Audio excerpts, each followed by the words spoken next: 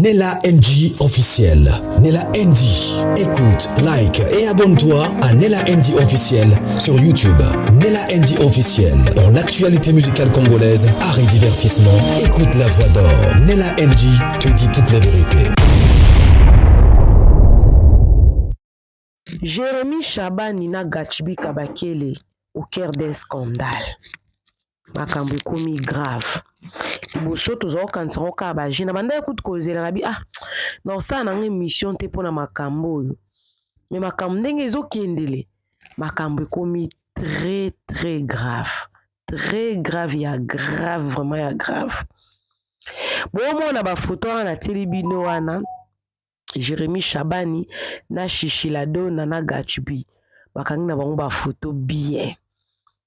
Boyebi jour na salaki na tsaki live ya mariage ya Jérémy Chabani na Chichi. Apparemment total no songo ya bien non. Nzoka à partir ka ya jour wana nde makambo bandaki. Nazo expliquer bino nyonso bozala pressé te. Bozala pressé te na vidéo eza grave. Eza grave. Leka sila bisalo yo na mwana sila bisalo yo baza tellement grave que eloko ekoko leka inaperçu te.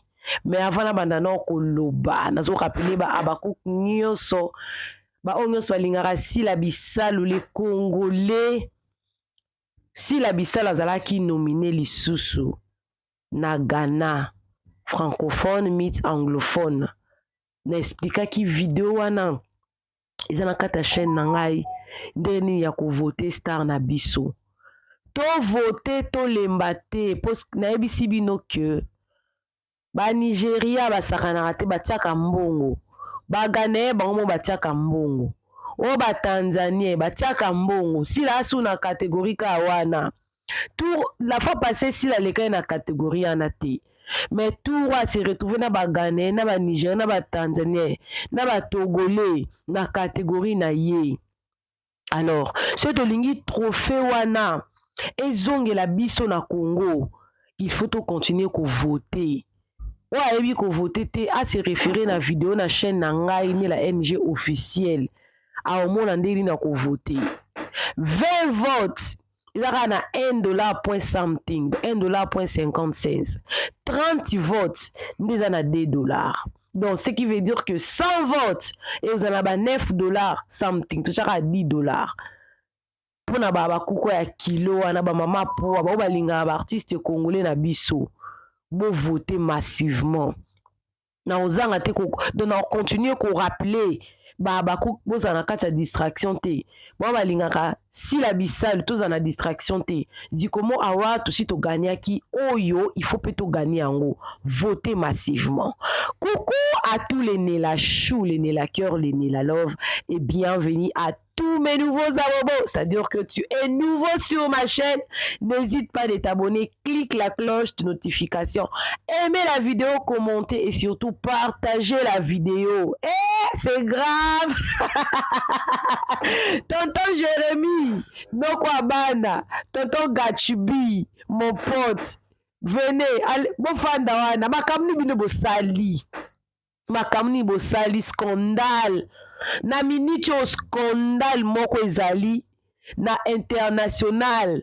Baebi Jérémy na Gachibi baweleli Chichi. Baweleli Chichi na minute au scandale ango ezani na expliquer bino.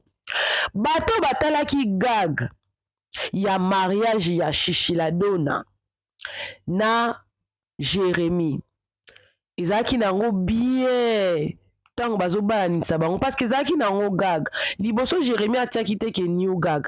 Et en plus gag ango pe koti mobimba te. Et koti mobimba te continue au candan parce que batie to be continue à suivre. Donc ezana no puis je crois partir à souke kozala et côté kozala. Mais partout batiaki wana nde to lo babwe donc soka 3000 views 4000 views koki. Et koki simba mo 200,000 views na YouTube. Problème ango eza nini, scandale ango eza nini parce que e dépasser ba borne eza susu likamba ba congolais te eza lisu likamba ba congolais te comme likamba moko international bato nyonso bazala pembe na sila bisalo Hey, d'une manière ou d'une autre, bafulu kaka. Bafulu kaka. Badio Gachibi asali. Pour na bato basaleli badio ba version de feo epesa mebele. Na otie la binongo. Nazo expliquer bino nanu ndenge makambo ezalaki pour peut-être batebele balanda gag wana te. Na ndenge makambo ekomeli na international scandale. Mais scandale wana eza na bato mosusu baoloba ono Gachibi asala live a expliquer na live wana qu'est-ce qui s'était réellement passé. Gag wana epesi ba ivoirien, ba camerounais, bato mosusu kutu na yebi ata ba langue te. Je crois 2 vidéos ezala te yebi ata langue te. Ba nigérien, ba nigérien bata Niger, ba nigérien, ba live na ba publication. Mais nazo expliquer bino ndenge nini makambo elekanaki na vidéo. Et puis na otiela bino sikoyo ndenge ebimeli na réseaux sociaux. Gachibi na Jérémy nde bazawana basambwe na bango na international kuna. Surtout Gachibi vraiment yende mutazo biba penda ke yende penza. Senango elekanaki boy. Senango elekanaki bande ko sala échange de vœux. Échange de vœux Zaranini. Moi, Chichi la Donna, je t'aimais cette alliance, je te promets de te rester fidèle, de t'aimer, de tout. Donc, quoi, comme si tu as balandé les kanaka, de ma mariage et tout. Chicha Sal na bien. Et comme il tourne à Jérémy, à l'obi na épée. Maman, après, bandi, hein. Bon, libala, oh, défi. Oli bizarre posa osereza makasi. Ah bien, mbongo libala oyo defisa kinga yeba ke na kozongisa ngo te. Na yebi na ngamuko na kozongisa te, nazoloba la nga po efona loba. Te so na la vidéo ko awa. Mo permettre nga na luka vidéo na tela bino kasi ko. Bon landa parti ango. Nazo expliquer bino bon otela bino parti ango et bon ozonga lisusu na tela bino sko ba version o ebimi na international ala o créer scandale na Jérémy na Gachibi. Scandale ya scandale parce que ba bazo kataki makambo les aki ya solo. Bon zana tela bino no parti ango Jérémy za loba et bon na tela bino sko parti o na jim na en tout cas na réussir ko zo la bino ba version nyonso o ebimi na étranger o ya ba Nigérien ba Camerounais banani mais na otela bino no parti wana o ebenda ki désordre bon la ndaoka ya audio après na otela bino sko vidéo penza parce que ça na ba musu bazo commenter yango penda nde bango bazweli version na bango. Jérémy oza na étoile makasi noko abana oza na étoile makasi donc na bana mibali yande Jérémy Chaban na minito mutalekio azate on dépassé bon zana tela bino ngo bolanda et bon na ozonga pona continuer bolanda atika kosala wata mokolo moko te bébé mbongo depuis nga poto réaliser libala na ozongisa ngo lelo na lobi te te mama na loba ere yango wana ndopakana na ndaku te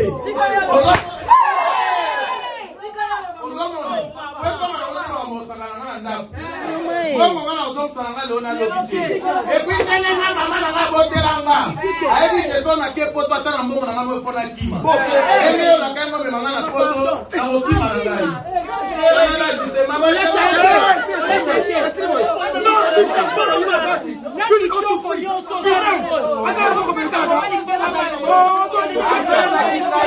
version oyo ya film eza wana. Version oyo ya film ezalaki version wana oboyoki Jérémy Chaban kande na banda ya koloba liboso na video na ngai.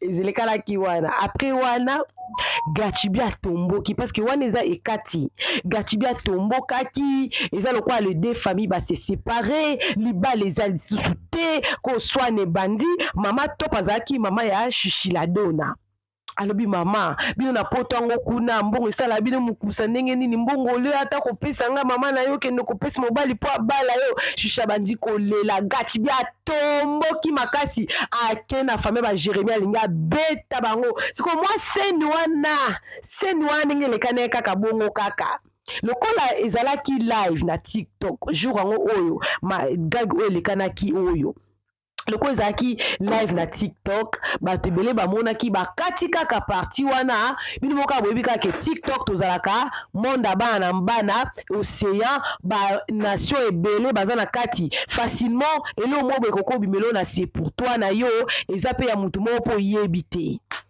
ekomi na maboka ba ivoirien ba camerounais ba togolais ba nigérien na balangi mususu kuto na zoli bino ba version de faire kutu na yebi ata balangi yango te ebimi kuna ke Gatsby azalaki mobali ya Shishilado na ya kala ex na ye po na film wana on dirait Shishilado na azana mwana ebimi sikoyo ebimi boye moi partout na moi scène wana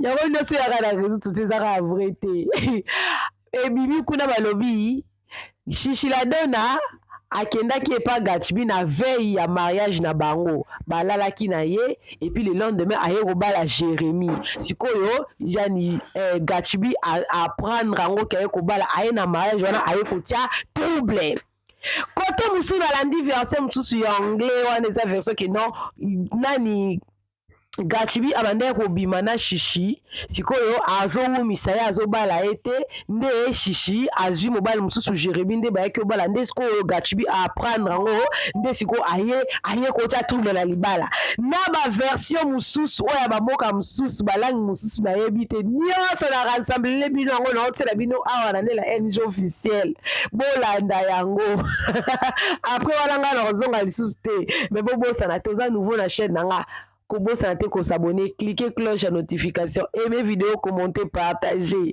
nyonso yaka na réseaux sociaux elingi elobaka te ke eza vrai mais prouver que bazalaki professionnel basalela omoki na monde entier balobeli yango bolanda baversion de fait na bango tokutani kaka na suka bolanda.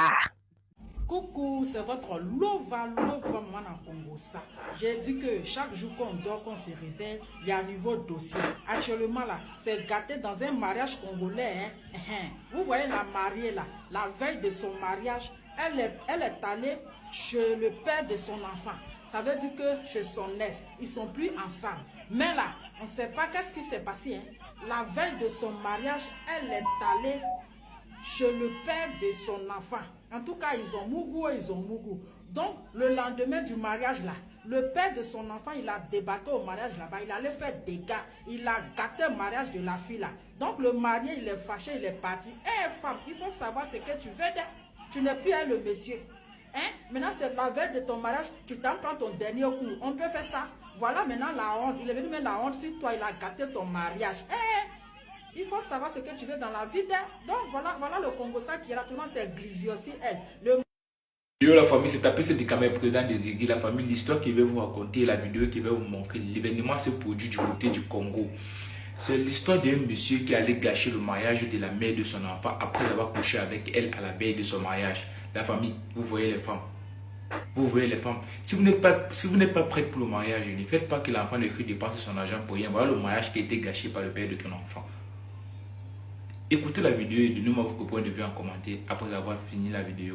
Et la famille, dans l'histoire, qui a raison, qui a tort? Et c'est qui le mauvais, mais c'est qui la mauvaise dans l'histoire?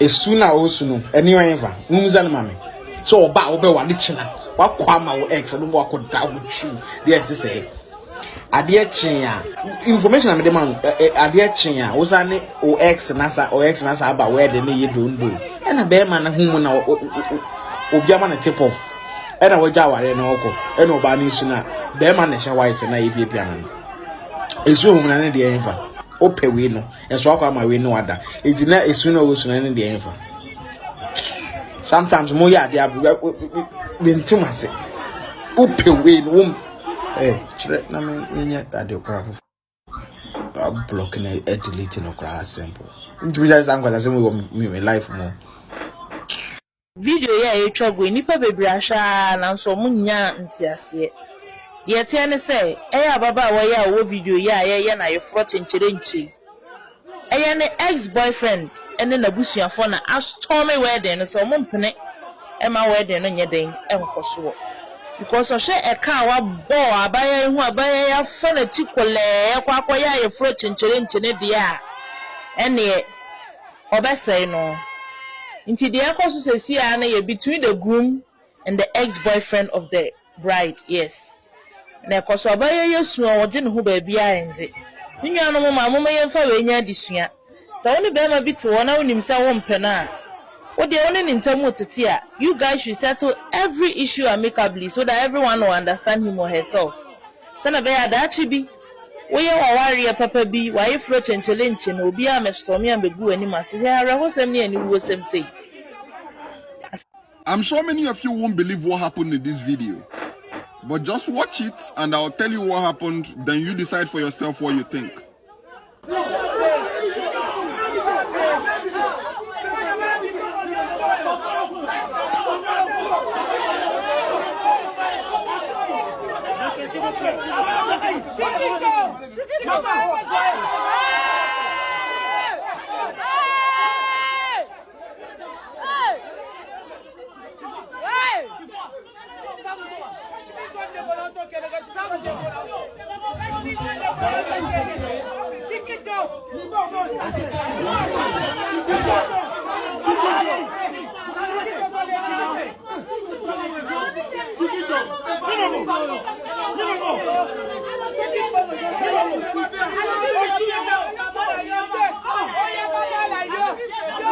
So there are two main stories here. I'll tell you the second one, but the first one is even more bizarre, which is the main story that is trending online. See what I think happened. I think the two guys there, the one in cream color suit, was probably the right person. The other one was promised marriage and then disappointed. Then the other one came to scatter the wedding, which is the second story, right? But the first story that everybody is like, this is not possible, but then that is the word on the street, is that the two mothers, the mother of the groom and mother of the bride, are actually sisters. And one was far away, and they're just meeting each other for the first time at the wedding. Wedding got stopped because they found out the mother-in-laws are sisters. Can you imagine this? Please like, follow. What do you think about this? What would you do in this situation?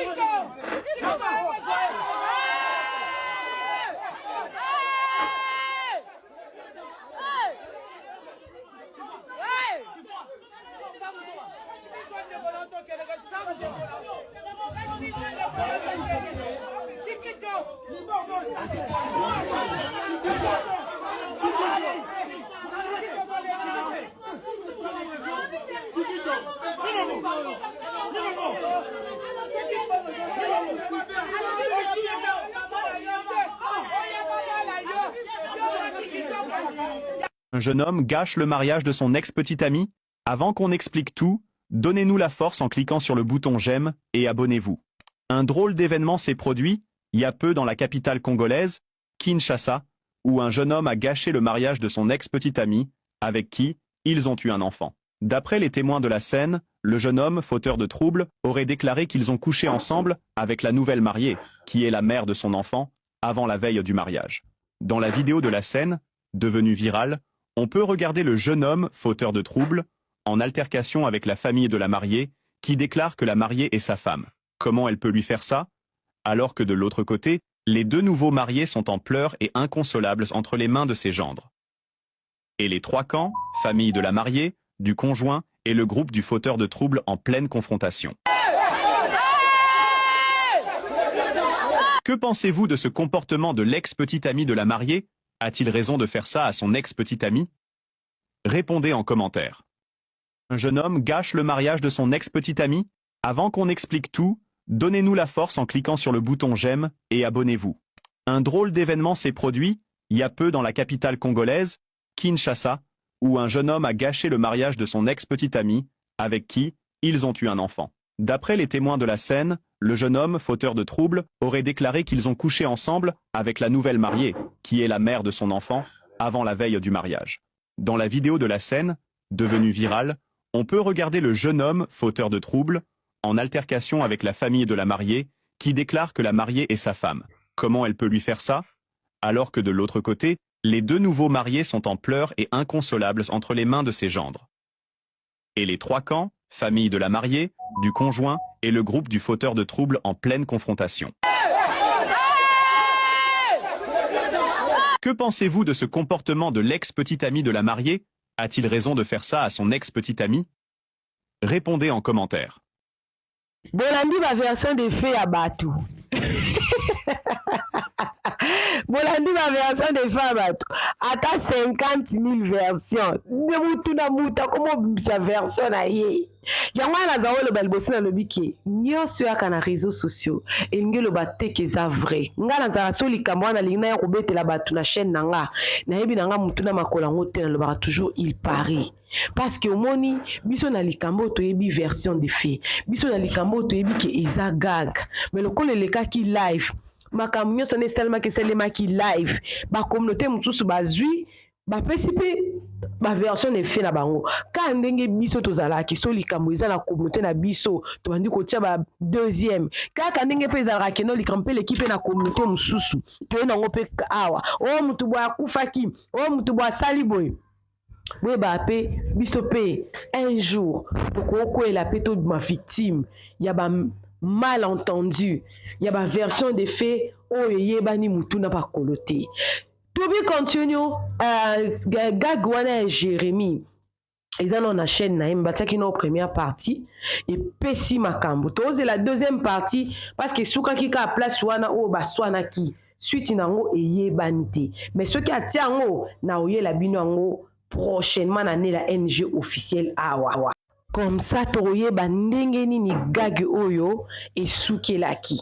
Pona ngai Gatchibia na ko sala live te aza artiste comédien nyonso eleki wana ils ont prouvé à suffisance que oloko basala ki wana eza réussite totale. Bravo à Jérémy Chabani, bravo à Chichi, bravo à tous les acteurs o ba joua ki penza na gagwana to ke penda à l'international yemo Jérémy na moni pas posta ki yango en tout cas c'est Lola Tokos qui toko bravo mo kitania style abisalu les abakou continuer à voter to kutani prochainement na vidéo à Sika. Coucou à tous les Nela Chou, les Nela Cœur, les Nela Love, bienvenue à tous mes nouveaux abonnés. Abonne-toi, moi c'est Nela NG officiel, Aka Nela Chou, Nela Cœur, Nela Love. Je suis ouvert à toutes vos activités, publicité, promotion. Je suis là pour vous satisfaire et je suis là pour vous apporter les bonnes informations. Bisous, bisous à vous, que Dieu vous bénisse. Bye.